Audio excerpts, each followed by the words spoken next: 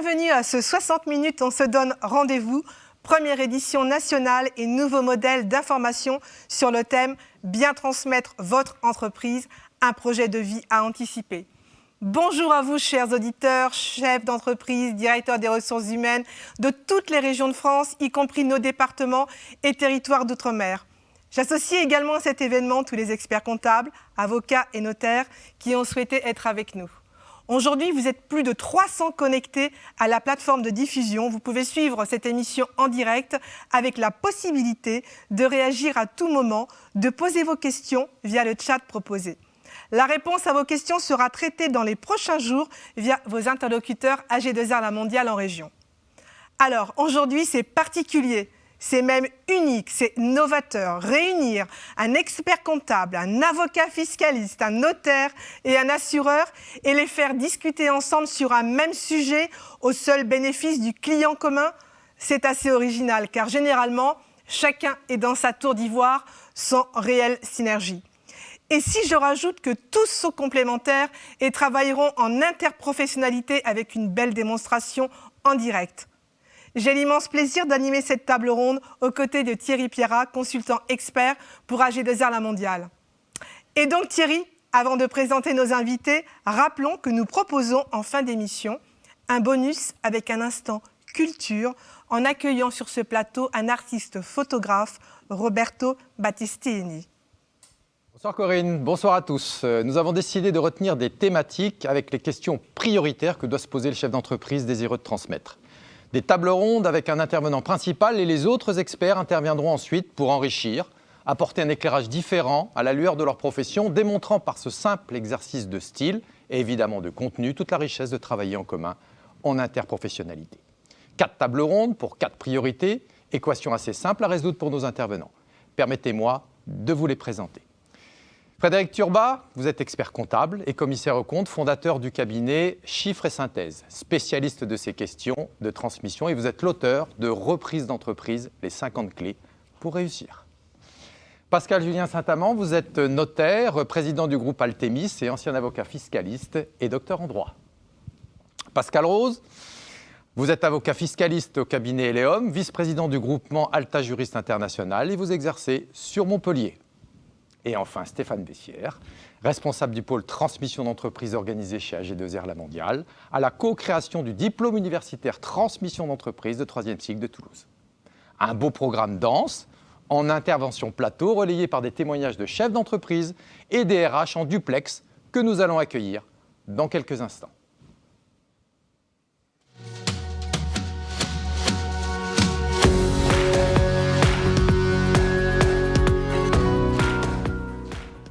Alors messieurs, avant de rentrer dans le vif du sujet, il y a une interrogation que nos auditeurs peuvent se poser. Si nous comprenons le rôle et les conseils avisés des professions réglementées comme l'avocat fiscaliste, l'expert comptable, le notaire, sur le sujet de la transmission, qu'en est-il de l'assureur ? Qu'est-ce qu'un groupe de protection sociale tel que AG2R La Mondiale a comme intérêt à s'intéresser à la transmission de l'entreprise ? C'est une bonne question. Et pour y répondre, nous allons accueillir en duplex Philippe Dabat, membre du comité de direction groupe en charge des assurances de personnes et de la distribution AG2R La Mondiale.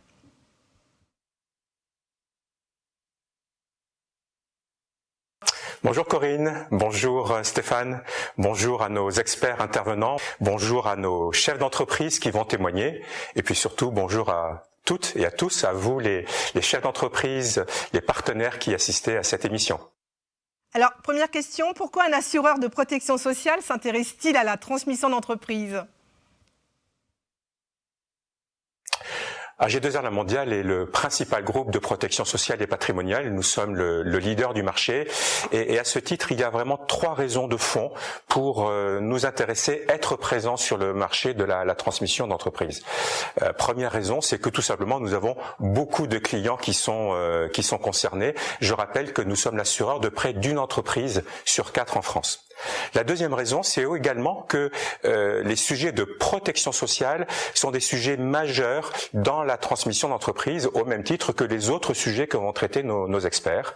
Et puis, la troisième raison qui découle des deux premières, c'est que nous avons une expertise, des convictions que nous pouvons apporter auprès de nos clients de manière coordonnée avec nos partenaires conseils.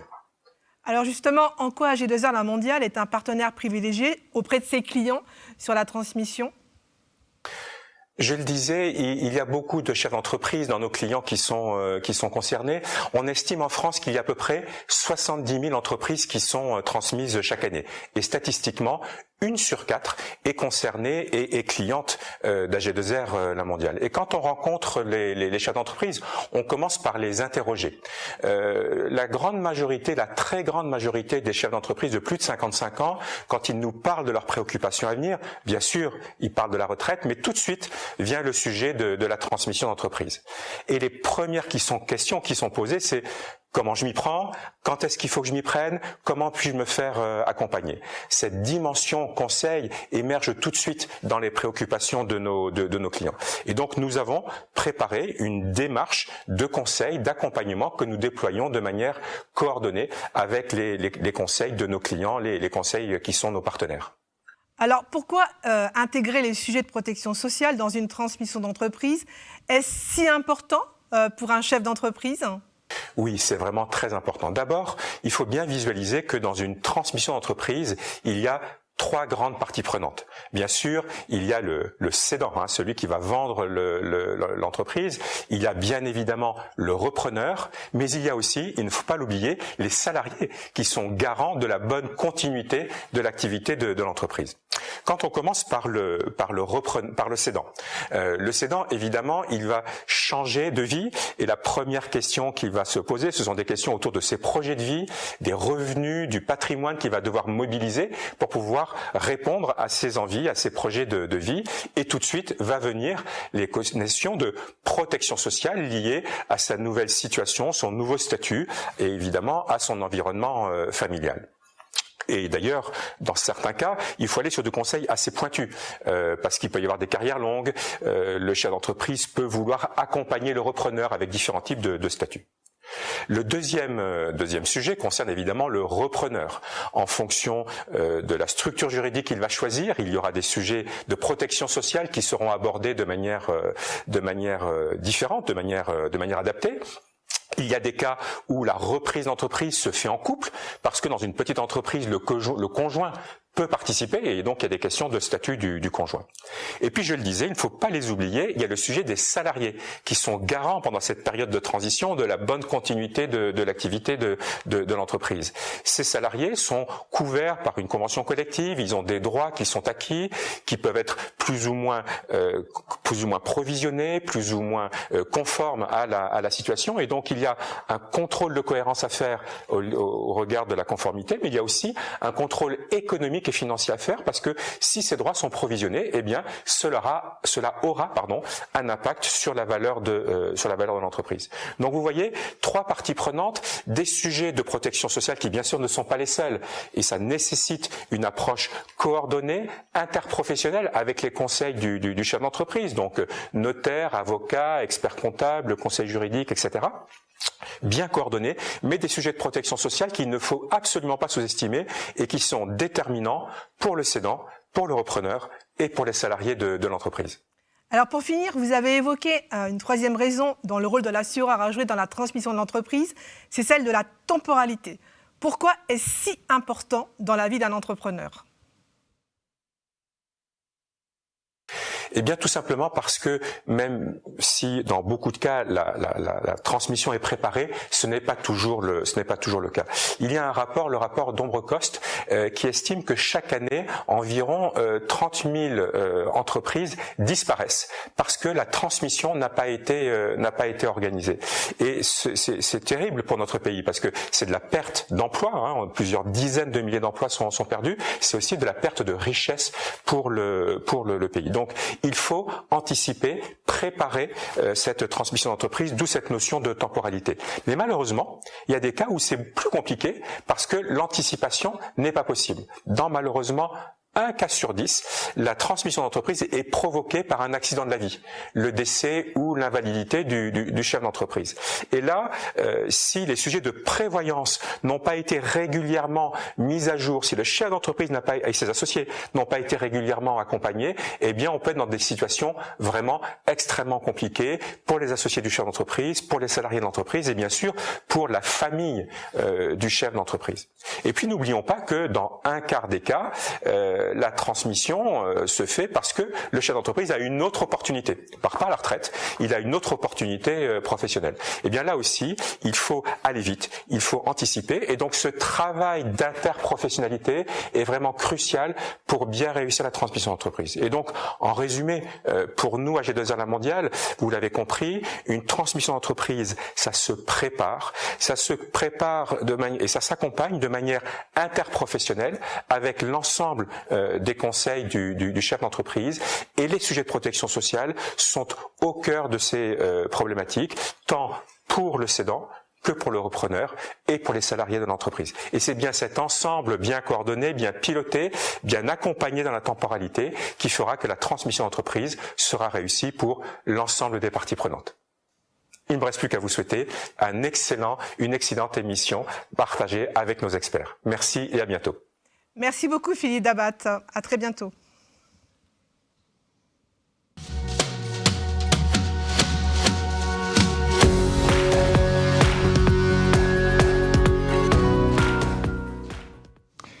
Messieurs, posons le contexte de notre animation de ce soir. Selon l'Observatoire de la transmission des TPE-PME en 2020, près de 185 000 entreprises en France sont susceptibles d'être cédées avec un objectif majeur, la sauvegarde de l'emploi.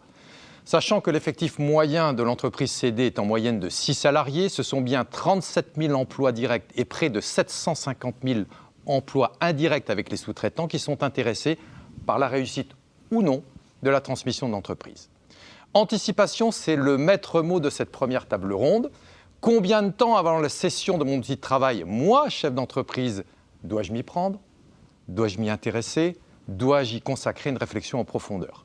C'est une des conditions de la réussite, se donner du temps pour préparer la transmission de mon entreprise. Alors Frédéric, justement, se donner du temps pour préparer la transmission de son entreprise. Mais quel est le bon délai pour anticiper la cession? Alors effectivement, il faut du temps. Céder une entreprise ne se fait pas en quelques semaines. Il faut du temps pour plusieurs raisons, du reste. Il faut du temps parce que peut-être que l'entreprise n'est pas prête à être cédée. Peut-être faut-il la réorganiser. Peut-être faut-il améliorer les marges, restructurer certains sujets, voire certains services. Donc là, il va falloir apprécier ce temps-là. D'autre part, la question fiscale va rentrer en jeu. La question fiscale qui, dans certains cas, nécessite du temps, on va sûrement en reparler, parce qu'il faut anticiper les choses pour ne pas être sous le coup d'une loi un peu trop rapide ou d'un schéma qui n'a pas été assez bien pensé ou assez bien imaginé. Et puis enfin, il y a un sujet qui est assez important et qui est peut-être le plus sensible lorsque l'on parle de transmission de l'entreprise, c'est la préparation du cédant. Le cédant va céder son entreprise, il l'a portée sur les fonds baptismaux il y a peut-être 40 ans, il l'a gérée, il l'a suivie, peut-être connaît-il les moindres recoins de son entreprise ainsi que les petits-enfants de ses salariés, et tout d'un coup, il s'apprête à passer la main à quelqu'un d'autre. Et là, il y a un véritable rôle d'accompagnement, et ça nécessite évidemment du temps. Et on parle plutôt en années qu'en semaines. Pascal, en tant qu'avocat fiscaliste, 3 ans de réflexion, de préparation avec le chef d'entreprise, cela vous paraît-il souhaitable également ? Alors, je pense qu'il s'agit là d'un minimum. C'est vrai qu'il est souhaitable de l'envisager dans un délai de 4-5 ans à l'avance, avec quand même des petites réserves que je vous donnerai tout à l'heure. Mais c'est vrai que l'entreprise doit être structurée. On doit réfléchir, outre bien sûr les aspirations du cédant, il faut étudier l'entreprise, faire une sorte d'audit et de voir si la cession est possible dans de bonnes conditions. Et donc, comme Frédéric le disait, aussi bien en termes d'organisation, de structuration, est-ce qu'il faut apporter une activité en société, est-ce qu'il faut créer une société holding pour faciliter la transmission, est-ce qu'il faut aussi en termes de management des personnes, est-ce qu'il faut faire monter des personnes pour avoir un staff de management plus étoffé qui va permettre de faire vivre la société après le départ du chef d'entreprise. Tout ça, ce sont des points qui nécessitent du temps et le faire dans la précipitation serait dommageable. Et puis bien sûr, il y a l'aspect fiscal, puisqu'il y a des des règles, il y a des délais. Et c'est vrai que le délai de 3 ans à l'année en cours, quand on fait des opérations avec des questions de valorisation, si on fait un apport, si on fait des phases préparatoires, eh ben c'est bien d'avoir acquis la prescription fiscale. Hein, ça peut être très intéressant. Voilà. Alors, il y a quand même un bémol, c'est que malheureusement, nous sommes dans un pays où la loi fiscale est très fluctuante et donc il faut prendre le soin d'indiquer aux clients que les options qui sont prises devront être confirmées jusqu'à la transmission parce que les choses vont varier et donc là, bien sûr, le suivi de l'expert est indispensable. Alors justement, qu'en pense le notaire en tant que confident du chef d'entreprise et conseil de la famille, Pascal ? Alors, je ne peux qu'abonder, bien sûr, hein, dans le sens du délai en amont. Et c'est clair que le chef d'entreprise, en fait, a toujours une vision un peu trop court-termiste. Et tant qu'il est en activité, il se dit je suis vraiment, je suis immortel, je vais rester à la tête de mon entreprise. Et ces questions, en fait, ne se posent pas pour lui. Jusqu'au moment où, tout d'un coup, il prend conscience, effectivement, de cette urgence. Et il va vouloir organiser des choses très, très vite. Alors que, comme le rappellent Pascal et Frédéric, on a vraiment besoin de ce temps en amont. On a toutes les questions d'organisation sur le plan droit des sociétés, sur le plan fiscal, sur le plan civil. On a toute cette problématique également sous l'angle de la psychologie familiale et de l'organisation familiale. Et effectivement, cette dimension en fait est majeure et il est essentiel de savoir s'il y a des repreneurs dans la famille ou s'il y a au contraire une transmission qui va se faire à des tiers. Est-ce que tous les enfants sont repreneurs? Est-ce que certains seulement? Comment va-t-on organiser en fait ces équilibres? Ça n'est certainement pas en quelques semaines que l'on peut dire à un enfant, ou en quelques mois même, qu'on peut dire finalement tu vas reprendre de telle ou telle façon. Donc bien évidemment, je ne peux qu'abonder dans le sens de l'anticipation. Alors Stéphane, au moins une chose dont je suis sûr, c'est que cette durée de 3 ans, vous s'y êtes bien, vous en tant qu'assureur, et notamment dans la préparation et la construction de la retraite. Oui, effectivement, Thierry. Un dirigeant senior a 2 enjeux majeurs, la retraite d'abord et la transmission de son entreprise. À 55 ans, il reçoit une estimation indicative globale de sa retraite par la sécurité sociale et avec ça, il doit aller voir tout de suite son expert retraite chez AG2R La Mondiale pour pouvoir vérifier que tout va bien, que tout a été fait dans l'ordre. Évidemment, il a préparé sa retraite depuis très longtemps, mais il y a des choses à voir. Donc les experts retraite du groupe sont à votre disposition pour cela. Parallèlement, on a souhaité mettre en place une offre de service spécifique sur la transmission d'entreprise parce qu'on considère que les deux doivent se mener par un groupe coordonné ensemble. Et à partir de là, donc, on a créé une offre de service qui s'appelle Théo pour transmission d'entreprise organisée. Cette offre de service, en fait, elle va aborder les enjeux du patrimoine social, du patrimoine privé, du patrimoine professionnel de nos clients. Et en s'appuyant sur une vingtaine de collaborateurs spécialisés dans ce domaine de la transmission d'entreprise, qui vont aborder des problématiques civiles, fiscales, sociales, patrimoniales. On va pouvoir faire une feuille de route pour le dirigeant, en lui disant voilà comment on organiserait les choses, s'appuyer sur l'expert comptable, l'avocat et le notaire, et à partir de là, se poser certaines questions. Par exemple, à quel âge est-ce que j'ai intérêt à vendre mon entreprise pour être raccord, entre guillemets, avec ma retraite? Finalement, dans ce contexte-là, quelle fiscalité il faut aller chercher et bien d'autres choses encore qui sont de ces domaines-là. Voilà. Grâce à ça, on va pouvoir finalement structurer les choses pour que son projet de vie futur, on en parlera tout à l'heure, soit au mieux réalisé dans la durée. Alors, se donner du temps pour préparer la transmission de son entreprise, c'est aussi organiser sa vie d'après et avoir un projet de vie futur. Messieurs, ce sera le sujet que nous aborderons pour cette deuxième table ronde.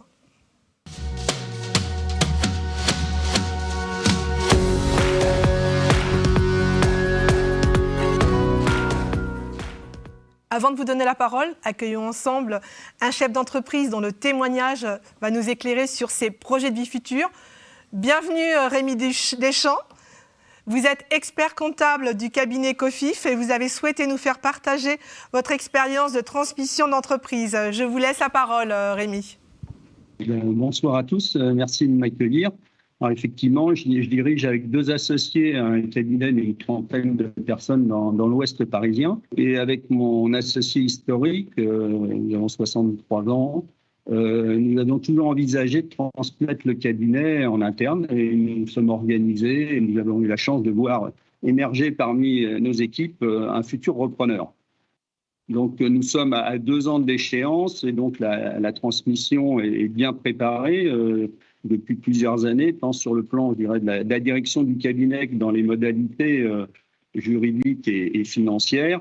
et nous nous sentions bien bordés. Et là, notre conseiller AG2R La Mondiale, qui nous connaît bien, nous a proposé de réfléchir à l'après-cession, ce à quoi nous étions assez peu préparés. Donc, il s'est agi en fait de mettre à plat nos projets de vie respectifs, de réévaluer nos revenus futurs et de voir si effectivement il y avait une cohérence entre les besoins financiers à ces projets de vie et puis ces dits revenus. Donc la démarche nous a particulièrement intéressés parce que si nous étions investis beaucoup dans la transmission, on avait assez peu réfléchi, enfin en tout cas de manière précise, à l'après-transmission et sur une durée, je dirais, d'une 30aine d'années, donc jusqu'à la fin de vie, ce qui n'est pas forcément un sujet qu'on aborde communément, en comprenant là-dedans la dépendance. La dépendance, on en parle beaucoup pour les autres, assez peu pour soi.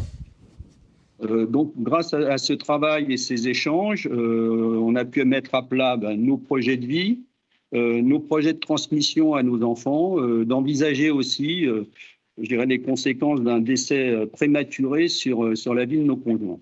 Donc, au final, nous avons trouvé cet accompagnement extrêmement intéressant, parce qu'il nous a permis effectivement de mettre à plat nos projets, nos besoins, et puis de s'apercevoir qu'en fin de course, peut-être que la marge de manœuvre, elle n'était pas aussi confortable qu'on l'avait espéré initialement. Donc, aucun regret. Et effectivement, je ne peux que conseiller à mes clients effectivement, d'avoir cette démarche-là et le plus tôt possible. Merci à vous. Merci beaucoup, Rémi, pour ce très beau témoignage. Alors, Stéphane, accompagner la personne et assurer ses revenus durant toute sa vie est le sujet prioritaire pour un assureur de la personne tel qu'AG2R La Mondiale. Et dans le cadre de la transmission, pourquoi organiser la vie d'après avec un projet de vie futur? Dites-nous. Le dirigeant va souvent à reculons à sa transmission d'entreprise. Il a finalement une inquiétude. Et cette inquiétude, c'est plutôt la question de qu'est-ce que je vais devenir après. Il va abandonner une entreprise qu'il a créée, il a travaillé toute sa vie dedans à corps perdu. C'est une passion bien souvent. Et après, il aura une maîtrise moins forte en fait, de son environnement financier, de sa vie, de ses passions. Et donc, dans Théo, ce qu'on fait, c'est qu'en premier lieu, on va poser la question, c'est quoi votre vie d'après? Racontez-nous votre vie d'après, parce que si vous ne nous racontez pas votre vie d'après, on aura du mal à vous dire comment il faut organiser votre patrimoine au mieux de vos intérêts. Il y a des tas de techniques patrimoniales, et il faut justement bien savoir ce que va faire ce dirigeant. Par exemple, un dirigeant de 55 ans, qui va vouloir exercer à temps partiel une activité professionnelle après sa cession, s'occuper de ses petits-enfants et de son potager, il ne sera pas conseillé du tout de la même façon que quelqu'un de 58 ans qui vend son entreprise, qui attend à 62 ans une retraite et qui pendant 4 ans veut, par exemple, faire le tour du monde ou des voyages. Celui-là, on va plutôt lui dire, faites attention parce qu'au bout d'1 an, vous n'aurez plus la même couverture maladie, vous serez assujetti à la protection maladie universelle, qui a un coût qui est très coûteuse en fait pour le rentier, qui n'a pas de statut social, et en plus vous ne cotiserez plus à votre retraite. Imaginons que il ait une retraite estimable à 40 000 € à 62 ans par exemple. Si pendant 4 ans il ne cotise plus, c'est 20% de retraite en moins. Or, 40 000 € de retraite à 62 ans, c'est un patrimoine social d'1 million d'euros. Donc on perd 200 000. Et nous, on va s'attacher, avant la transmission, d'organiser tout cela pour que ça n'arrive pas, justement. Parce qu'on aura finalement focusé sur son projet de vie. Un autre dirigeant, 62 ans, par exemple, qui souhaiterait accompagner son repreneur, il va peut-être vouloir faire un cumul emploi-retraite pour baisser sa rémunération professionnelle, libérer l'économie de l'entreprise. Et on va se poser la question de savoir si finalement, c'est son intérêt fiscal de liquider sa retraite. Parce qu'il y a des liens très forts entre les deux. Donc on a finalement mis en place une démarche dans Théo qui s'appelle Provi, qui est le projet de vie futur. Alors d'un côté, on va modéliser, en fait, on va regarder tous les revenus de notre client, actuels et futurs, et aussi ses liquidités actuelles et futures après la transmission nette d'impôts. Et puis par ailleurs, dans son projet de vie qu'on a modélisé par période de vie, on va regarder de quel revenu il aura besoin pour vivre, de quel cash il aura besoin pour pouvoir assumer ses projets, et on va finalement calquer les deux pour voir s'il y a des décalages et des écarts. Ça va nous permettre, grâce à un graphique qu'on a conçu, en un clin d'œil, de voir si son projet est viable à long terme ou pas viable. Une fois qu'on aura fait ça, eh bien, le dirigeant aura finalement une conscience totale de ce qu'il peut faire. Par exemple, faire des donations à ses enfants, c'est faisable si on a les moyens de le faire. Et pour ça, il faut avoir une vision à long terme. Par exemple, adapter un régime matrimonial avec son notaire. Par exemple, choisir une fiscalité plutôt qu'une autre, etc. Vous voyez, on peut aller très loin. Et en plus, ce modèle de projet de vie, ce modèle financier du projet de vie, ça permet au client d'être très motivé parce qu'il voit clair sur son avenir. Ça écarte un peu les nuages qu'il y a devant. Et au conseil, de faire du bon conseil, parce qu'on se trompe rarement quand on axe nos conseils sur le projet futur du client. De notre côté, quand on propose, et je conclurai là-dessus, des solutions financières, ça nous permet de voir à court, moyen, long terme quels sont les enjeux financiers du client et de positionner nos arbitrages avec plus ou moins de risques en fonction des horizons de besoin du client. Voilà. Pascal, comment l'avocat fiscaliste voit cette démarche Théo, transmission d'entreprise organisée, qui est novatrice et qui est pourtant très éloignée des préoccupations fiscales de votre client ? Écoutez, il la voit très favorablement. Ah bon ? Oui, parce qu'il y a un principe qui est vraiment fondamental, c'est que la fiscalité est un outil, mais n'est pas un objectif. Voilà. Et moi, quand un client franchit le seuil de mon cabinet et qu'il commence à organiser toute sa vie future, sa transmission, etc., autour de la fiscalité, ben je sais que la voie n'est pas bonne et je sais qu'il va falloir le recadrer parce que là, on est dans la phobie fiscale, on va dire. C'est-à-dire vous avez des personnes qui ont l'impression de satisfaire, d'être un bon chef d'entreprise s'ils évitent la fiscalité. Ce n'est pas l'objectif. L'objectif, c'est de donner la primauté à la vie, c'est-à-dire à la famille, à l'entreprise, aussi au projet post-cession. Et ensuite, il y a des données juridiques aussi, c'est-à-dire que, notamment, la répartition du patrimoine entre les enfants, il y a énormément de sujets qui nécessitent d'abord d'avoir une réflexion humaine, une réflexion sociale, et après, on va trouver les bons outils fiscaux. Voilà. Donc le fiscaliste ne doit pas être quelqu'un qui pousse la fiscalité comme étant la loi ultime. Alors, répondre aux besoins du client pour un expert comptable, c'est une démarche tout à fait naturelle et qui est votre quotidien dans le rapport que vous avez avec votre client, Frédéric. Alors oui, répondre aux besoins du client, c'est effectivement le moteur de toute mission de conseil. Même si en tant qu'expert comptable, parfois en accompagnant un client qui veut céder son entreprise, on a une petite réticence ou un petit pincement en se disant tiens, on va perdre un client. Mais on est à l'inverse dans une démarche qui est tout à fait différente. Accompagner un cédant, c'est aussi rentrer dans une relation de proximité. On n'est plus uniquement là pour aider à déclarer de la TVA, mais on va être là pour accompagner précisément, comme l'évoquait Stéphane tout à l'heure, le futur du client, sa vie future. Et là, on rentre dans une notion qui va bien au-delà de la mission de conseil fiscal et juridique ou organisationnel. Le notaire sait appréhender le sujet de l'organisation, de la détention, de la transmission des sommes liées à la cession d'entreprise. Pascal, mais quel est votre rôle dans le cadre de cette interprofessionnalité ? Alors dans le cadre de la transmission d'entreprise, c'est clair que le chef d'entreprise, il est pris sur le plan financier entre deux souhaits. Le premier, c'est de tout garder parce qu'il ne sait pas trop de quoi il aura besoin. Et le deuxième, c'est d'en donner le maximum au profit de ses enfants parce que finalement, c'est le moment où il réalise un actif qui a la plus grosse valeur dans son patrimoine.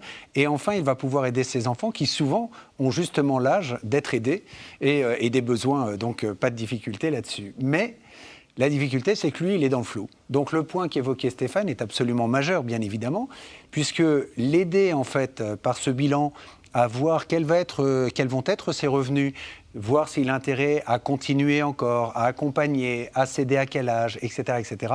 C'est ce qui va l'aider aussi à déterminer ce qu'il va pouvoir effectivement donner en toute sérénité. Parce que là, le rôle du notaire, c'est de lui dire, écoutez, c'est super de vouloir donner, vous avez parfaitement raison, mais d'abord, nous, on va regarder si vous n'êtes pas en risque en donnant, parce que souvent, les parents ont tendance à vouloir s'appauvrir trop rapidement et derrière, c'est très compliqué à rattraper.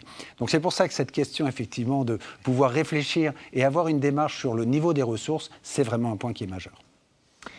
Alors, parlons maintenant fiscalité. Nous ne pouvions échapper à cette thématique tellement déterminante pour un chef d'entreprise pour se décider à transmettre. Mais la fiscalité est-elle si importante aujourd'hui ? Ou dit autrement, la fiscalité liée à la transmission serait-elle confiscatoire ou serait-elle incitative en France ? Beau sujet de notre troisième table ronde, messieurs.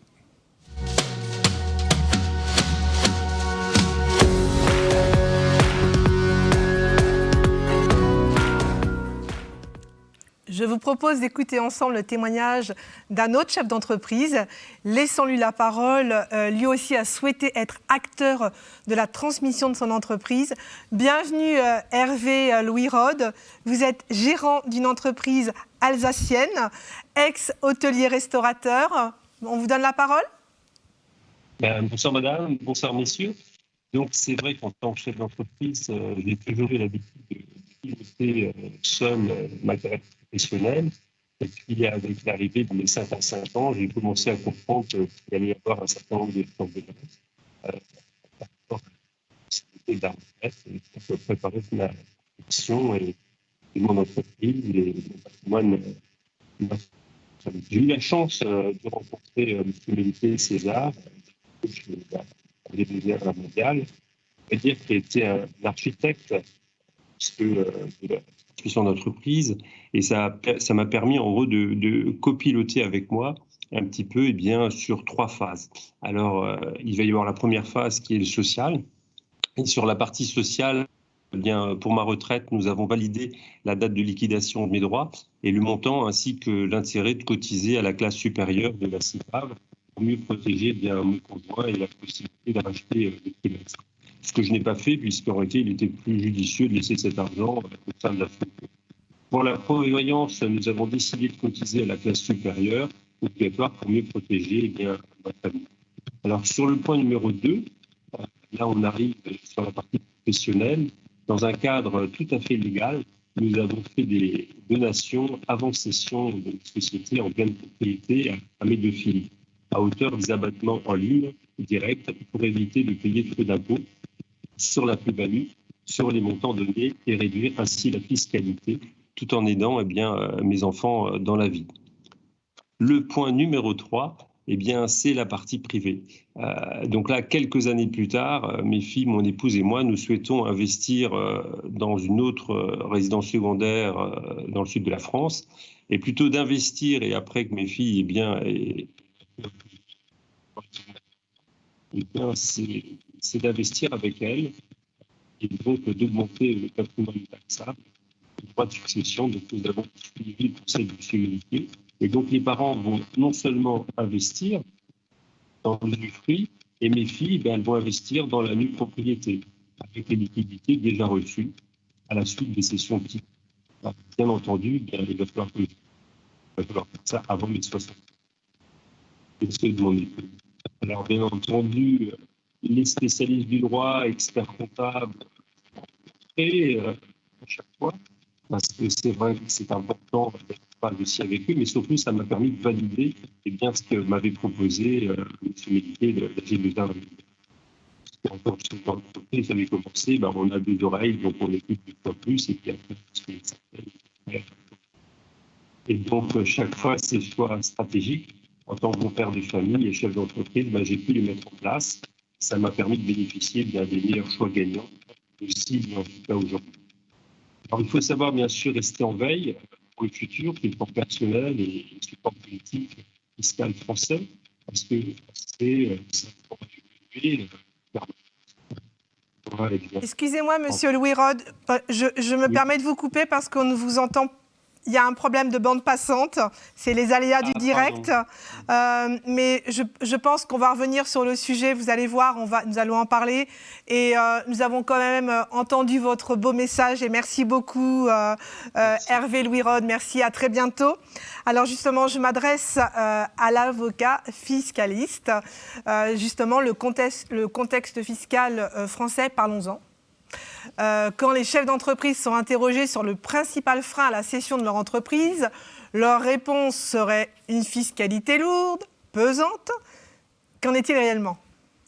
Alors c'est vrai que nos chefs d'entreprise ont développé une forme d'allergie à la fiscalité, mais qui est due au fait que la pression fiscale en France est quand même l'une des plus lourdes au monde. Voilà, donc cette allergie est tout à fait justifiée. Alors reprenons quand même des critères de comparaison. En France, le travail est taxé à travers l'impôt sur le revenu à un taux maximum de 45%. Donc ce sont des hauts revenus, voire des très hauts revenus, mais la taxation maximum est de 45%. Aujourd'hui, le taux le plus couramment applicable, ce qu'on appelle le PFU, le prélèvement forfaitaire unique, la flat tax, eh bien, c'est 30%, qui inclut l'impôt sur le revenu et qui inclut également la CSG. Donc, le cessionnaire d'une entreprise a vocation, s'il cède des titres de société, à être imposé sur la plus-value, sur le gain qu'il va faire lors de la cession, à ce taux de 30%, qui est quand même nettement inférieur au taux de l'imposition du travail. Et d'ailleurs, ça soulève beaucoup de récriminations dans le domaine politique, puisqu'on sait que la fiscalité est toujours liée à l'aspect politique. Et d'ailleurs, aujourd'hui, beaucoup s'interrogent sur le fait qu'avec la crise du Covid, ce taux de 30% n'a que peu de temps de vie devant lui et que peut-être dès 2021, il risque d'augmenter. C'est-à-dire que l'alignement qui avait été supprimé des plus-values sur l'impôt sur le travail, eh bien, on risque de retendre vers cette convergence. Donc, objectivement, aujourd'hui, la fiscalité sur la cession d'entreprise, elle n'est pas si élevée que ça, bien sûr, si on accepte les comparaisons avec certains pays étrangers qui ont des fiscalités plus intéressantes. Alors, le principe, c'est qu'en droit français, on aime bien les principes, mais on aime beaucoup les dérogations. Et donc, c'est vrai que la fiscalité des cessions, elle doit passer par une étude. C'est pour ça qu'on a parlé de structuration. Elle doit passer par une étude pour voir comment échapper à la taxation maximale. Voilà. Et donc, pour ça, on a un certain nombre d'outils. Qui permettent d'éviter ou de réduire cette taxation. Alors, un point essentiel, on a parlé tout à l'heure d'apporter l'entreprise à une société, on a parlé de création de holding. Il y a un principe qui est bien connu, c'est l'apport-cession. Quand on est propriétaire d'une société, si juste avant cession, on apporte ses titres à une société holding, eh bien, on peut bénéficier d'un report d'imposition et à terme, en cas de revente des titres qui ont été apportés, au bout de 3 ans, il n'y aura pas de remise en cause de ce report d'imposition. Voilà. Donc ça, c'est quelque chose qui permet d'échapper. Si on conserve les titres 3 ans à l'avance, on peut échapper à la fiscalité. L'apport-cession juste avant cession, là, on apporte, on a une plus-value qui va se dégager, mais si on réinvestit 60% du gain net qu'on a réalisé lors de la cession, eh bien, là encore, on peut échapper à la plus-value. Donc, ce qui veut dire que la société holding qui a été créée va conserver cette plus-value. Voilà. Donc, il existe des outils. Il y a aussi la donation avant cession qui a été évoquée également. Quand on veut faire bénéficier à ses enfants, on veut leur faire bénéficier d'une donation, eh bien, on peut faire une donation juste avant la cession. Cette donation va avoir pour effet, bien sûr, on va payer les droits de donation, mais par contre, on ne paiera pas la plus-value. Voilà. Donc ça, c'est un point important aussi qui permet de transmettre, sous la réserve, bien sûr, c'est que cette transmission, elle soit sincère et réelle, ça soit une vraie libéralité, qu'elle soit effectivement effectuée avant la transmission. Donc là, il y a un problème de chronicité qui est important. Voilà. Stéphane, on a bien compris les différents taux, mais si faire la différence entre une cession à titre onéreux et une cession à titre gratuit est essentiel, qu'en est-il en matière de cession et de départ en retraite ?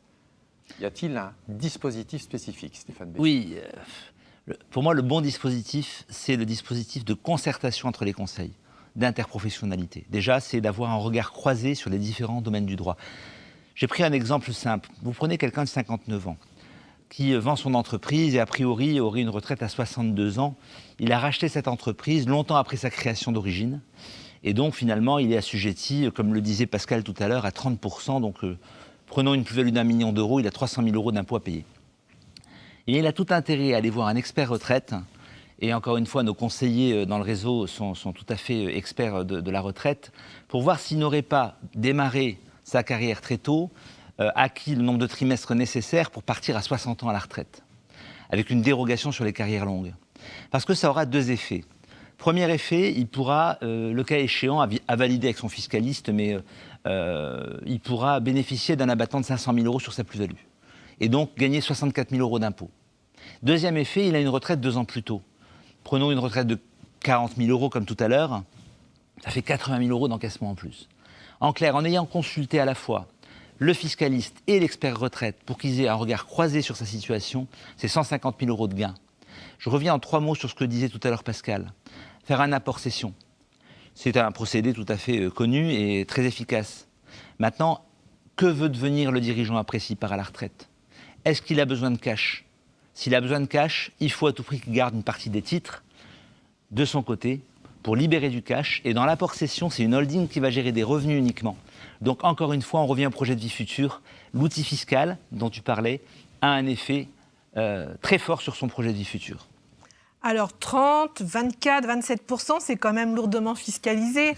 Et face à son collègue chef d'entreprise européen, le chef d'entreprise français, est-ce qu'il ne se sent pas défavorisé en cas de cession de son entreprise, Pascal ? Alors le chef d'entreprise français, comme tout Français, se sent toujours défavorisé. Donc ça, c'est une règle générale. Maintenant, si on regarde d'un petit peu plus près, effectivement, dans un cadre international, quelle est la réalité? On a une particularité en France, c'est que, comme le rappelait Pascal, en fait, on est dans un pays qui aime les exceptions. Si bien que celui qui va dans la règle de droit commun, lui, il est vraiment défavorisé. En revanche, celui qui est accompagné dans le conseil et qui s'y prend à l'avance, on revient au conseil du début d'émission, lui, il est vraiment en fait dans une situation qui va être très favorable. On évoquait ce taux de 30% dans l'absolu sur les plus-values, ça n'est pas un taux qui serait excessif. Si par contre, on additionne à ce taux le taux de la transmission à titre gratuit par donation ou par succession, je vends pour 1 million, il me reste 700 000 € après avoir payé mes 30%, je donne ces 700 000 € à mes enfants et dans le meilleur des cas, je suis dans une tranche à 20%, je vais payer 140 000 €. Si je suis dans une tranche à 40%, parce que ça peut monter, c'est 280 000 €, on voit qu'il ne reste plus grand-chose. En revanche, si je suis conseiller et que je sais que ce que je veux donner, je le donne avant de le vendre, on revient à ce qu'on évoquait tout à l'heure, les donations avant cession. Et là, la donation avant cession, pour un coût qui n'est que le coût de la donation, je supprime et l'impôt de plus-value et je paye que l'impôt de donation. Donc on le voit, dès qu'on s'organise, finalement, le droit français est un droit tout à fait intéressant, donc il faut simplement s'organiser. Frédéric, la fiscalité est-elle liée à la valeur de l'entreprise? Bonne question après cette crise Covid. Alors, effectivement, dès l'instant, on parle de valeur. Qui dit valeur dit à un moment donné prix, même s'il peut y avoir un écart entre la valeur qu'on estime et le prix qui va être négocié in fine. Et qui dit prix dit potentiellement, et on l'espère pour beaucoup de nos clients, une plus-value significative. Et de ce fait-là, plus-value va nécessiter de l'impôt. Alors oui, directement, la valorisation va avoir une incidence sur la fiscalité. Et puis oui, indirectement, comme l'évoquait Pascal, selon le montage juridique, selon le montage de l'opération et le temps qui y sera consacré, pour le coup, la valorisation va avoir une incidence sur la fiscalité, mais dans le sens positif, ou en tout cas dans le sens un peu moins disant sur les prélèvements de l'État. Donc à la fois oui directement, également indirectement, ce qui fait qu'il est nécessaire évidemment de se pencher avec intérêt sur la valorisation et de ne pas trouver des tarifs ou des valorisations complètement hors de propos. Et quid de la valorisation de l'entreprise pendant cette période de crise Covid? Et avez-vous noté des changements notoires des chefs d'entreprise en matière de transmission? Alors, la crise du Covid a fait naître deux grandes craintes. Le fait de dire, de grandes craintes et à la fois de grands risques. Le fait de dire et de constater ou d'avoir peur que tout est changé. Des activités ont vu leur chiffre d'affaires s'effondrer, se réduire fortement. Certaines, au contraire, ont explosé en termes d'activité et de rentabilité. Et donc, on se dit, finalement, tout a changé. On va pouvoir acheter des entreprises à la casse. On prend la valeur de 2019, on divise par 2 et on a la valeur post-Covid. Et puis, l'autre risque, c'est de se dire, finalement, le Covid n'a rien changé du tout. Parce qu'en fait, une fois qu'on rebranche tous les canaux de l'économie, l'activité va redémarrer comme en 2018 ou 2019. Et donc, la valorisation va être en rien atteinte. Donc, ce sont deux tentations, deux excès. Évidemment, la vérité est un petit peu ailleurs, comme sur beaucoup de sujets, et notamment dans le monde économique. En revanche, la crise du Covid a donné une appréciation nouvelle de la valeur de l'entreprise sous son angle d'appréciation de la valeur. On n'est plus que dans le chiffre. On n'est plus uniquement dans la valorisation calculée. On va aussi intégrer des éléments comme l'organisation, comme la préséance donnée aux salariés, comme la capacité à répondre à une crise, oserais-je dire peut-être si on a un Covid-28 qui arrive et que se passera-t-il? Donc la capacité de l'entreprise éventuellement à réagir à une crise nouvelle. Donc on va intégrer d'autres éléments. Le sujet n'est pas du tout traduit par le fait de dire que la valeur des sociétés s'est effondrée. D'accord. Pascal, moi je serais tenté aujourd'hui de valoriser l'entreprise au plus bas en cas de transmission à titre gratuit et au plus haut bien sûr pour une cession à des tiers. Alors, quelles sont les précautions à prendre? Alors effectivement, du point de vue de la loi, les choses sont claires. Il y a une seule valeur, c'est la valeur vénale de l'entreprise, et que l'on transmette à titre gratuit, à titre onéreux. Alors à titre onéreux, on va essayer de monter la valeur, bien sûr, de la manière la plus forte possible. Il faut juste trouver un acquéreur ensuite, bien évidemment. Alors les questions vont se poser souvent sous l'angle de la transmission à titre gratuit, où le premier réflexe peut être de dire, finalement, je vais retenir une valeur prudente, donc je vais me mettre en bas de fourchette, parce que ça va me coûter moins de droits de donation immédiatement. Okay. En réalité, ça n'est pas forcément un bon calcul. Je prends 2 exemples. Le premier exemple, c'est je suis dans une donation classique, et puis il y aura une cession dans quelques années. Je donne, je vais avoir une taxation qui sera souvent dans les premières tranches du barème fiscal, donc autour de 20%. Et le fait que j'ai pris une valeur basse fait qu'au moment où je vais vendre à l'extérieur, je vais avoir une plus-value plus élevée, et ma plus-value, elle est, taxable à un taux de 30%. Donc finalement, pour payer moins de taux à 20%, je paye plus de taux à 30%, donc c'était sans doute pas un bon calcul. Je peux amplifier l'exemple en disant, et si j'avais transmis en Dutreil, donc là je dois conserver les titres pendant au moins 6 ans, 2 ans d'engagement collectif, 4 ans d'engagement individuel, mais si je donne dans le cadre de la loi Dutreil, là je suis sur une fiscalité à 2, 3, 4, 5%, et pour le coup, si je baisse ma valeur, je baisse mon taux à 3, 4, 5%, pour l'augmenter à 30%, donc bien évidemment, ce n'est pas une bonne approche. Donc c'est un peu contre-intuitif, mais il ne faut pas forcément écraser la valeur quand on donne. Alors messieurs, pour revenir sur la notion de temporalité évoquée en début d'émission, vous avez suggéré en tant qu'expert qu'il fallait au moins 3 ans pour construire un véritable projet de cession dans l'entreprise. Mais qu'en est-il de son organisation? Nous aborderons dès à présent ce sujet sur cette 4e table ronde.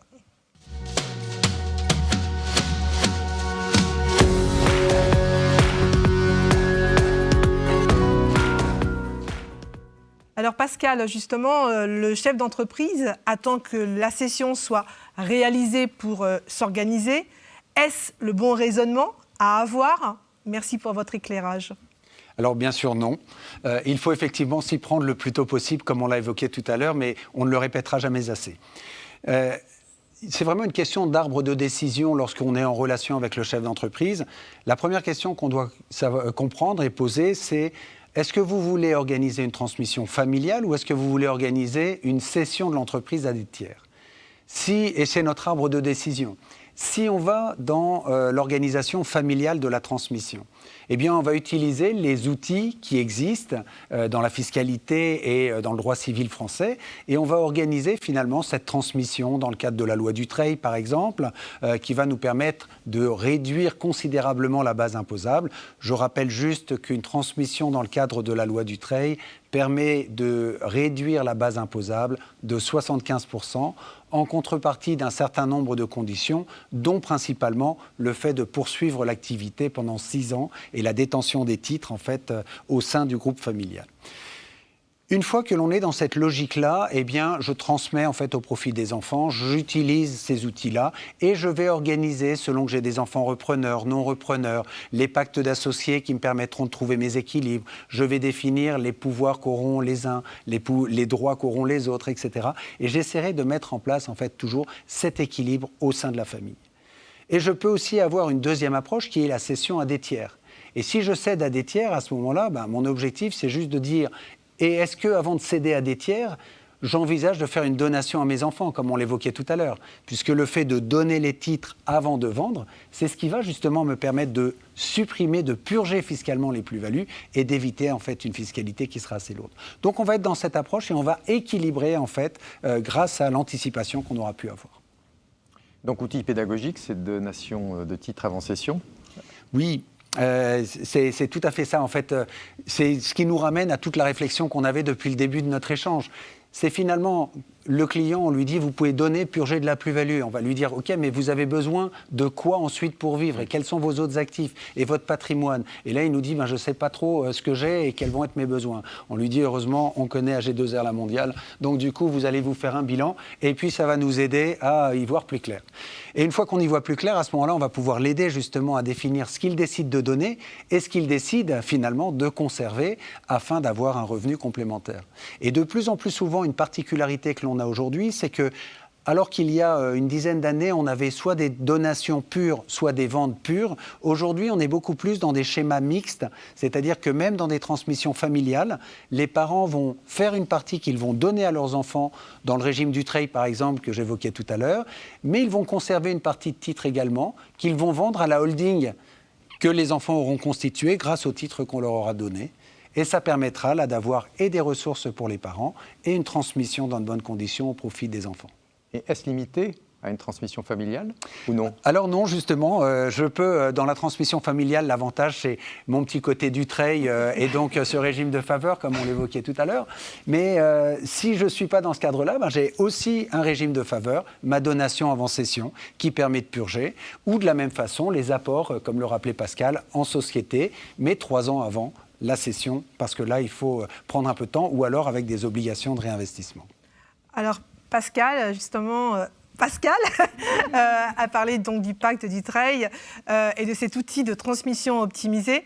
Tout le monde en parle, c'est un formidable outil de transmission pour les uns, mais un outil, on va dire, un peu plus complexe pour certains, et au risque de requalification fiscale important. Qu'en est-il réellement ? Alors, on dit toujours qu'il y a toujours un chien dans chaque niche fiscale qui défend ça. Mais il y a aussi un contrôleur derrière chaque niche, parce que c'est vrai que c'est un avantage qui est très important, qui est très intéressant, mais les conditions sont également sont assez complexes, on va le dire. Hein, et donc là, c'est là où justement l'intervention interprofessionnelle du notaire, de l'avocat et de l'expert comptable est essentielle. Hein, c'est un régime qui a des conditions qui sont précises. Il faut d'abord, dans la mise en place initiale du pacte, il faut déjà que le périmètre soit bien défini, parce que dans les textes sont ce qu'ils sont, mais ils sont souvent incomplets, et on sait que la doctrine fiscale est souvent aussi très complexe. Donc, il faut être accompagné et analyser le risque. Oui, il existe, mais si vous avez recours aux professionnels, ce risque, il est parfaitement maîtrisé, et donc vous pouvez transmettre en parfaite sérénité. Pascal, un outil dont on parle peu souvent dans le cadre de la transmission d'entreprise, la société civile patrimoniale. Et pourtant, il y aurait tellement de choses à dire. Alors tout à fait, parce que typiquement dans le cadre de la transmission pour le chef d'entreprise, toujours dans cet échange qu'on a avec le chef d'entreprise, on va essayer de définir 3 masses. La première masse, c'est la masse qu'il souhaite garder en pleine propriété parce qu'il en a besoin grâce au bilan qui aura été établi et qui lui montre une chute de ressources à un moment, et donc il a besoin de conserver en fait une part de patrimoine. À côté de ça, il y a la part qu'il veut véritablement donner au profit de ses enfants. C'est des sommes en pleine propriété qui vont aider l'enfant à avoir un premier apport dans le bien immobilier. On a vu lors des témoignages tout à l'heure que cette structuration avait été retenue justement dans ce cadre-là, des donations avant cession pour permettre aux enfants de les aider à démarrer dans la vie. Et à côté de ça, il y a la troisième masse qui va être la donation en nue propriété avec une réserve d'usufruit pour les parents, typiquement qui avait été utilisée également dans le témoignage que nous avons vu tout à l'heure, dans lequel en fait les titres ont été donnés en nue propriété, un usufruit a été gardé au niveau des parents, puis les titres ont été apportés à une société civile patrimoniale sur laquelle en fait on a fait un report du démembrement sur les parts de la société. La société a vendu les titres, les sommes ont été touchées par la société civile qui du coup s'est trouvée à la tête d'un capital qu'elle a pu investir, en l'occurrence pour l'achat d'une résidence secondaire qui profite à la famille. Et comme le rappelait votre client tout à l'heure, eh bien, ça nous permettait justement de voir que ça a été fait, on a purgé les plus-values, ça a été transmis aux enfants, ils récupéreront au décès des parents l'usufruit sans aucune fiscalité complémentaire. On voit là toute la puissance de la société civile patrimoniale. C'en est un exemple, mais il y en a beaucoup d'autres. Alors Stéphane et l'assurance vie dans tout cela, en quoi est-elle un outil de transmission et notamment pour le chef d'entreprise cédant, et quel serait l'intérêt de s'y intéresser avant la cession ? Mais pour parler d'assurance vie, Corinne, je vais parler de transmission familiale. Parce que tout à l'heure, Pascal nous disait enjeu civil, enjeu fiscal. Et effectivement, Pascal nous disait expert comptable, avocat et notaire. Mais aussi expert de la protection sociale. Parce que lorsqu'on a des enfants qui reprennent des parents, il faut savoir où est-ce qu'on va payer dans la holding ou dans la filiale les parents, les enfants, avec quel statut social, salarié, non salarié, avec quel arbitrage de rémunération, dividende ou rémunération professionnelle. Et ça, pour ça, il faut un expert de la protection sociale. Et tous les collaborateurs du réseau commercial sont experts de ce domaine-là, et je souhaitais aborder l'assurance vie par ce point-là. Puisque les parents, effectivement, quand ils vont vouloir replacer leurs fonds, il y a un outil fabuleux, et c'est l'assurance vie. L'assurance vie, durant la vie, justement, on met de l'argent dans un contrat, cet argent rapporte des intérêts ou des plus-values, et on le sait très bien aujourd'hui, il y a une fiscalité généralement qui est de 30% sur les intérêts lorsqu'on utilise des supports classiques financiers. Dans l'assurance vie, si on anticipe bien, on peut payer 0 impôt finalement, voire très très peu de fiscalité en tout cas. Deuxième point, c'est la gestion. Les actifs financiers qui sont arbitrés dans les contrats d'assurance vie, on le sait aujourd'hui, si on prend aucun risque, si on veut être sécuritaire, on gagne très peu d'argent, on gagne très peu d'intérêt.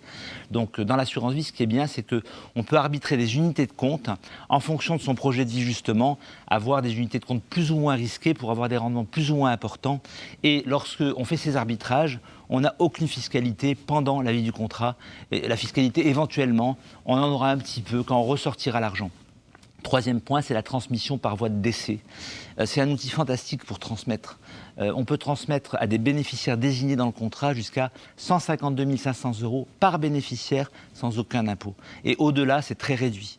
Donc c'est un outil très complémentaire finalement aux outils standards qu'on trouve dans le droit civil et dans le droit fiscal pour transmettre selon la dévolution successorale, à condition, quand on utilise l'assurance vie, de ne pas exagérer dans les primes qu'on met, dans l'argent qu'on met en transmission, parce qu'on pourrait être sous le coup de requalification éventuellement.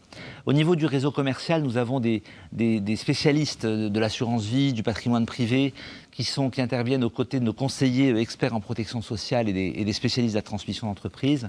Ils peuvent même parfois proposer des clauses bénéficiaires démembrées pour pouvoir avantager à la fois le conjoint survivant, mais aussi les héritiers, en réduisant la fiscalité. Donc vous le voyez, finalement, c'est un outil très souple, très efficace, qu'on utilise à merveille justement dans le cadre des projets de vie futurs. Bah écoutez, messieurs, vous nous avez fait pleinement comprendre l'intérêt de travailler en équipe, de capitaliser sur l'expertise de chacun au bénéfice exclusif du client cédant. Mais nous avons oublié un acteur important. Céder les actifs financiers ou immobiliers de l'entreprise, conseiller le chef d'entreprise, vous savez faire. Mais si je fais le choix de céder, je dois transmettre son histoire, sa mémoire, ses salariés. Et qui mieux que le DRH peut être un précieux conseil en cas de transmission d'entreprise.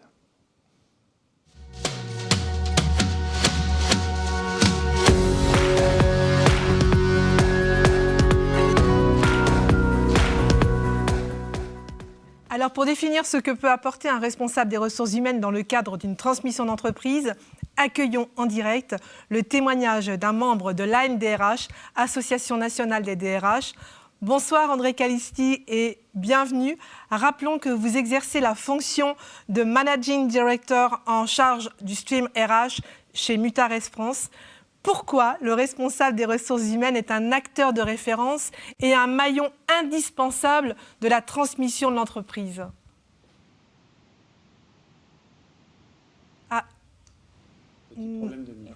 Nous avons un problème. Je pense que vous devez activer votre micro, André Calisti. Je crois que c'est mieux comme ça, non? Beaucoup mieux. C'est les aléas du direct et c'est fabuleux. Bon, bonsoir Corinne et bonsoir à tous vos experts. Je disais que je ne sais pas très bien si je serai à la hauteur de ces experts que j'ai entendus et qui ont expliqué des choses tout à fait intéressantes. Je commencerai par dire d'abord que la transmission, on le disait autour de cette table, c'est d'abord effectivement la mémoire et c'est la transmission de la mémoire. Alors, il ne s'agit pas de mémoire psychologique, mais plutôt d'une mémoire, on va dire, technique. Et c'est vrai que lors d'une transmission d'entreprise, le DRH est donc cette mémoire d'entreprise, alors que ce soit le DRH du cédant, on en parlait dans un autre cadre tout à l'heure, ou le DRH de l'acquéreur. Ce sont donc ces deux DRH qui appartiennent donc à l'acquéreur et au cédant qui partagent cette mémoire, je reviendrai dessus tout à l'heure. C'est historique, ça a été dit aussi, au moment de la due diligence, qui est chez Mutares, qui est un fonds de retournement. Nous en savons quelque chose puisque on cède et on acquiert des entreprises puisque c'est notre métier. Alors j'ai essayé de répondre, réfléchir un peu à la question et de répondre en disant mais pourquoi en effet le DRH est clé dans ce processus de transmission? Bon, d'abord parce qu'il a une vision extrêmement claire des contrats, des accords collectifs, de la qualité du management, des valeurs de l'entreprise, de sa culture d'entreprise, des organisations, mais aussi des coûts des dernières restructurations qui sont un élément important.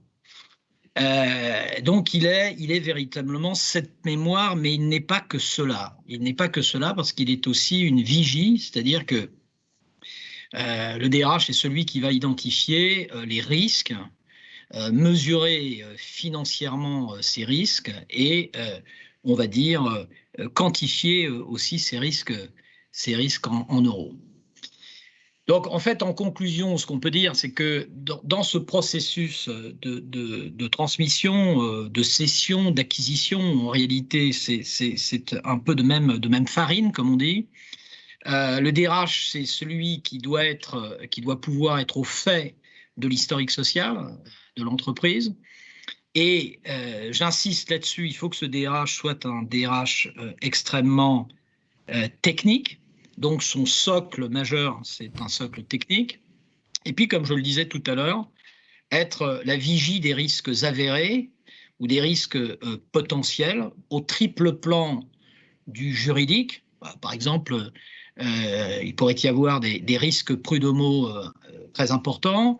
Sur le plan économique, par exemple, le coût de la politique sociale. Nous avons fait récemment l'acquisition d'une entreprise et c'est vrai que l'un des points importants était de comprendre le coût de la politique sociale. Et puis, je dirais, c'est peut-être pas le cas dans les entreprises familiales, mais le troisième point, c'est effectivement le risque social, on pourrait dire, c'est-à-dire avec, par exemple, des oppositions syndicales tout à fait fortes. Donc, je dirais qu'à ce titre, c'est vrai, vous le disiez, Corinne, c'est un maillon qui est sans doute important, mais je crois que pour qu'il soit important, il faut qu'on puisse lui laisser jouer ce rôle. Tous les présidents, comment dire, ne le font pas et tous les acquéreurs ne le font pas. Je terminerai en disant que chez Mutares France, j'ai cette chance effectivement d'être associé aux acquisitions et aux cessions chaque fois qu'elles ont lieu. Merci voilà, beaucoup. Je vous remercie. Merci André Calisti pour ce très beau témoignage et qui permet de conclure justement ce débat. Messieurs, nous arrivons au terme de notre émission. Et si nous concluons avec l'interprofessionnalité, un vrai atout dans l'accompagnement du chef d'entreprise.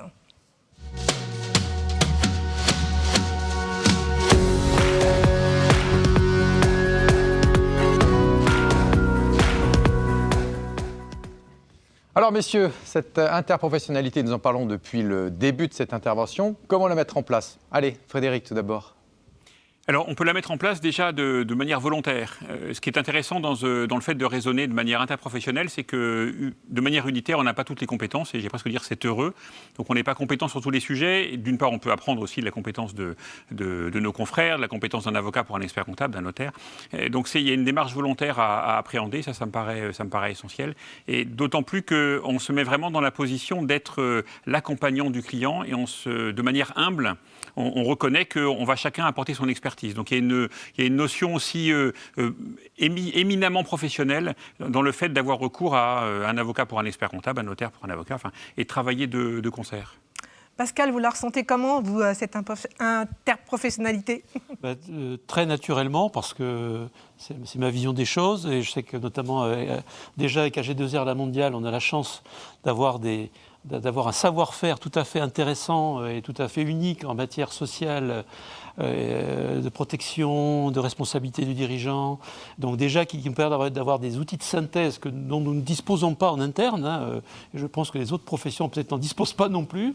Donc autour de votre savoir-faire, c'est vrai qu'on peut fédérer nos compétences spécifiques et on peut vraiment avoir un accompagnement. Et on le vit déjà sur le terrain, avec AG2R La Mondiale, avec des notaires, avec des experts comptables. Et moi, je souhaite vraiment, en plus on est tous, je veux dire, on cherche tous une meilleure expertise, donc il faut être là où on est le meilleur. Et là, ensemble, on l'est. Et vous, Pascal, quel est votre avis ? Je partage tout à fait. C'est-à-dire que très clairement, la première des compétences d'un professionnel, c'est de savoir qu'il n'est pas compétent partout et qu'il sera bien mieux en travaillant ensemble et en équipe.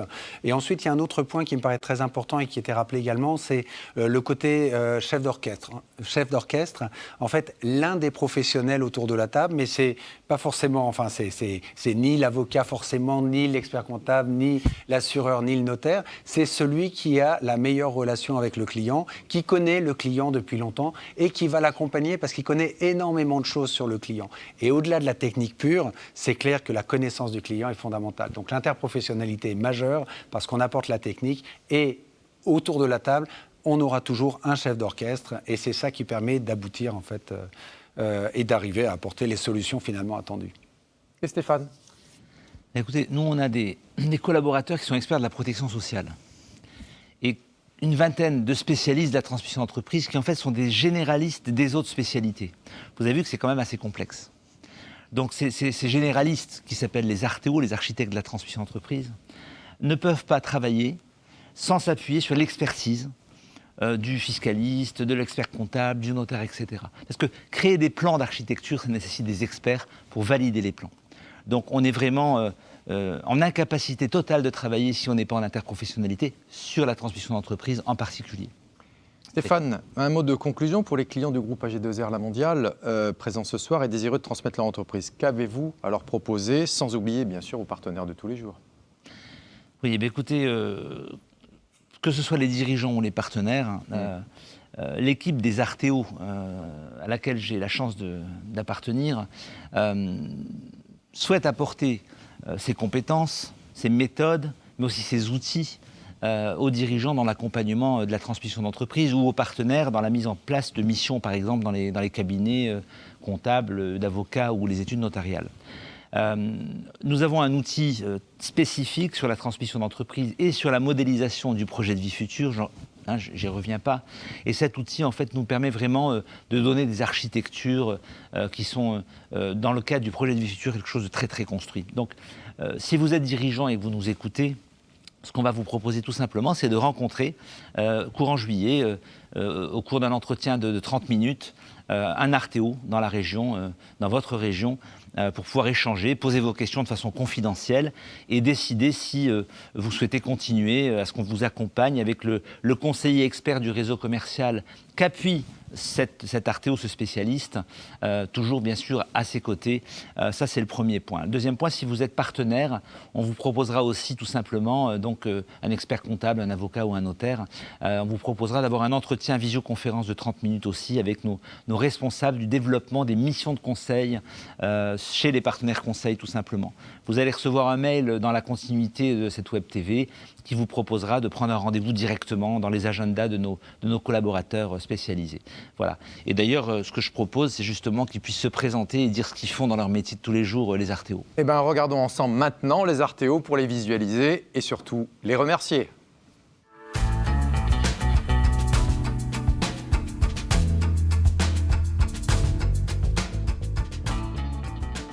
Artéo, nous sommes des experts à vos côtés. Véritables architectes patrimoniaux de la transmission d'entreprise. Nous sommes au plus près des territoires. L'Artéo est l'animateur régional de la transmission d'entreprise. Conseiller expert en protection sociale et patrimoniale. Formé dans un cursus de 3e cycle universitaire. Spécialisé en organisation patrimoniale de la transmission du patrimoine professionnel. Capable de donner une vision d'ensemble aux dirigeants sur sa future situation. Et de porter un regard croisé sur chaque domaine du droit, civil, fiscal, social et patrimonial. Nous travaillons en interprofessionnalité. Avec des experts conseils, experts comptables, avocats, notaires. Nous sommes dotés d'outils experts dédiés à la transmission d'entreprise. Nous accompagnons le dirigeant tout au long de sa transmission. Pour l'aider à atteindre de façon optimale ses objectifs de vie future. En matière de revenus et d'organisation de son patrimoine. Doté de compétences techniques, méthodologiques et pédagogiques. Les artéos vous accompagnent pour vous aider à réussir votre projet de vie futur. L'offre de services artéo, C'est énorme.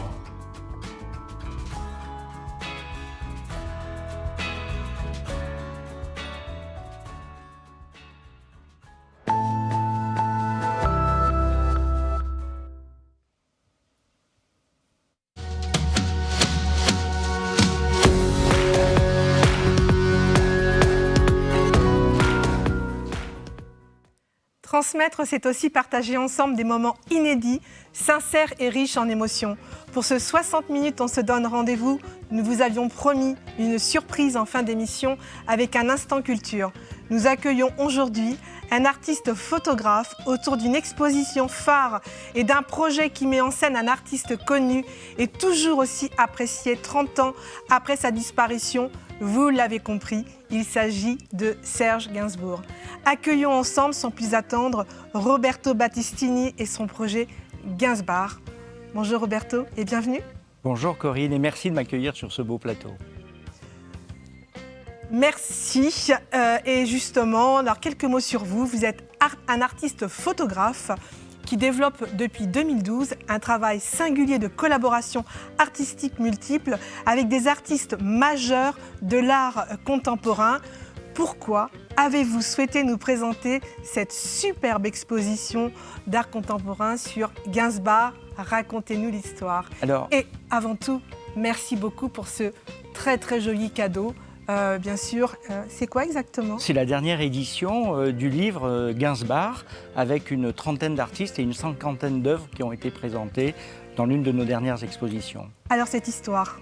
Alors, en 2021, c'est une année évidemment très symbolique puisque c'est l'année du 30e anniversaire de la mort de Serge Gainsbourg en mars dernier, mais c'est aussi l'année de l'ouverture du musée Gainsbourg dans la maison de Serge Gainsbourg aux 5 rue de Verneuil. Alors cette exposition, c'est évidemment un hommage rendu à l'artiste culte des années 80.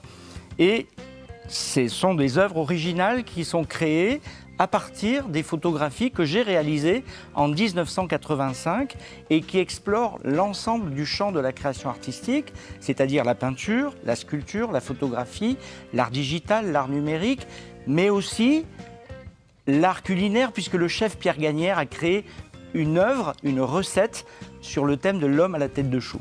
Alors justement, parlez-nous de la genèse de ce projet. Vous évoquez souvent un dialogue artistique concernant ce projet et comment vous traduisez cette collaboration? Alors, en fait, cette collaboration, elle est née au départ en 2011 d'une première exposition qui a eu lieu chez Sotheby's à Paris, ainsi qu'au French Alliance Institute à New York, qui était une exposition collective en hommage au 20e anniversaire de la disparition de Serge Gainsbourg et dans laquelle 2 de mes photographies, 2 de mes portraits cultes étaient présentés parmi ceux de William Klein et d'Helmut Newton. En 2012, mon travail est sélectionné par la Maison européenne de la photographie, mon travail sur les ateliers d'artistes, car je réalise des portraits d'artistes depuis très très très longtemps, et ce travail a fait l'objet d'une exposition à la MEP dans le cadre du mois de la photo à Paris. À cette époque-là, évidemment, je côtoie beaucoup d'artistes. Je me rends dans l'atelier de Peter Clason et évidemment, je découvre tout son travail à l'aérographe en hommage aux icônes américaines du cinéma des années 50. L'idée naît à ce moment-là. Je propose à Peter Clason une première collaboration. Un mois après, la première œuvre était née. Alors, vous avez sélectionné certaines œuvres du projet Gainsbourg aujourd'hui avec nous sur ce plateau. Partons ensemble, si vous le voulez bien, la découverte de certaines d'entre elles. Je rappelle également à nos auditeurs qu'en ce moment, nous pouvons les découvrir là, à l'antenne. Alors, la première, c'est l'œuvre de la Genèse. Peter Clason, qui est un immense artiste de la figuration narrative, d'origine allemande.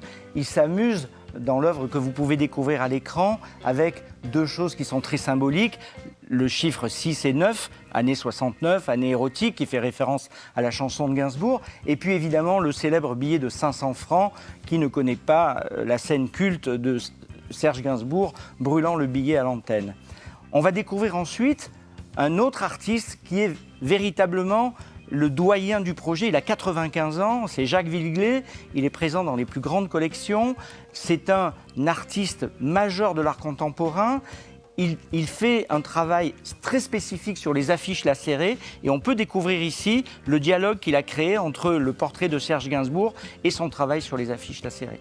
On va découvrir ensuite Eero, qui est un artiste islandais, qui fait partie du pop art, ami des surréalistes. Et alors le travail d'Eero, en fait, est un dialogue, une interrogation sur notre rapport à la société de consommation. C'est un travail très, très critique, en fait. Voilà. Et puis on va passer à une autre artiste extraordinaire qui s'appelle Orlan, qui est française, qui fait ce qu'on appelle de l'art corporel ou de l'art charnel.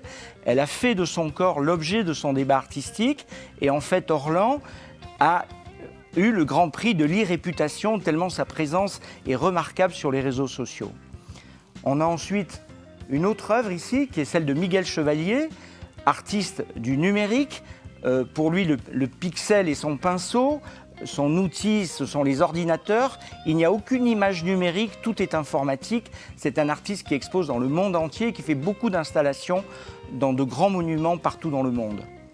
On va découvrir ensuite, je crois, il me semble, l'œuvre de Omar Ba, qui est un artiste sénégalais. Omar Ba vit entre Genève et Dakar. Il a une œuvre très singulière qui est une critique du rapport de l'homme à la nature et aux animaux. Et 2 de ses œuvres sont rentrées dans la collection permanente du Louvre à Abu Dhabi. On a ensuite un autre artiste qui s'appelle en fait Yvan Messac, qui est un artiste de la figuration narrative. Il joue en fait dans cette œuvre de ce rapport entre les oreilles de Gainsbourg et l'oreille de Van Gogh, et son travail sur les Amérindiens a été remarqué et exposé dans le monde entier. On a ensuite l'œuvre de José Bedia, qui est un artiste cubain né à Cuba. Jeune étudiant, il découvre l'artiste Wilfredo Lam, qui est exposé à Beaubourg. Ça marquera définitivement son entrée dans l'art contemporain. Il est présent dans les plus grandes collections. Et ici, on le voit dialoguer avec l'histoire des femmes de Gainsbourg. C'est l'enfer. C'est une œuvre un peu critique sur le rapport de Gainsbourg aux femmes. Voilà. On a ensuite un autre artiste qui est Pierre-Marie Lejeune, qui est un artiste français qui utilise en fait la sculpture. Il fait donc des sculptures lumineuses, entre autres. Il expose dans le monde entier et il est particulièrement connu car il a travaillé avec Niki de Saint-Phal dans ce qu'on appelle le jardin des tarots, qui est extrêmement connu. Et on a enfin l'artiste Juan Leparc, fils de Julio Leparc, qui est un artiste cinétique et qui est véritablement l'artiste de la réalité augmentée, c'est-à-dire qu'en fait son univers, c'est la réalité augmentée, c'est la vidéo, c'est l'espace du numérique. C'est absolument fabuleux ce parcours. C'est combien d'artistes au total qui ont collaboré sur ce projet et où pouvons-nous aller à la rencontre de ces fameux artistes, ces très beaux tableaux? Alors aujourd'hui, c'est plus de 40 artistes engagés sur le projet, sur 5 années. C'est plus de 60 œuvres qui ont été produites. On a fait 7 expositions dans des galeries à Paris. On a fait des expositions à Lille. La prochaine aura lieu à Marseille en fin d'année. Et donc, c'est un projet extrêmement ambitieux. Et à Paris, vous pouvez voir actuellement, à la Galerie Bettina, aux 2 rue Bonaparte, toujours de nouvelles œuvres qui sont présentées actuellement. Désolée de vous couper, Roberto, nous devons nous quitter parce qu'on serait bien resté beaucoup plus longtemps. Merci en tout cas pour ce beau moment de partage artistique et quel beau dialogue entre ces différents artistes de l'art contemporain. Pour en savoir plus, je propose à nos auditeurs de retrouver cette exposition sur votre site www.gainsbar.org. Vous restez avec moi pour cette conclusion? Avec grand plaisir. Alors, chers auditeurs, notre émission touche à sa fin. Pour information, si vous souhaitez revoir ce 60 minutes, on se donne rendez-vous, un replay vous sera proposé. Avant de nous quitter, je souhaiterais remercier les acteurs qui nous ont suivis sur ce beau projet depuis le début. Merci à Studio Guelma et son équipe pour cette belle prouesse technique. Média Active pour toute la production audiovisuelle. Merci Xavier, réalisateur de cette émission. Paris Beauté pour l'aménagement artistique de ce plateau et les supports vidéo. Véronica, notre maquilleuse, Perry Galan à l'accueil de nos intervenants et Élise, notre superbe coordinatrice de cet événement.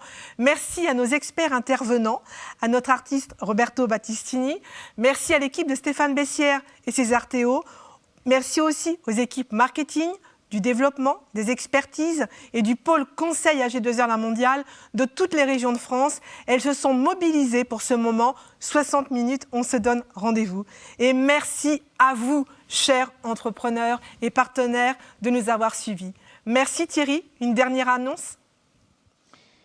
Eh bien écoutez, à très bientôt pour un prochain rendez-vous, le 9 novembre, sur la thématique de la retraite. Merci à tous, ce fut un réel plaisir. Bonne fin de journée.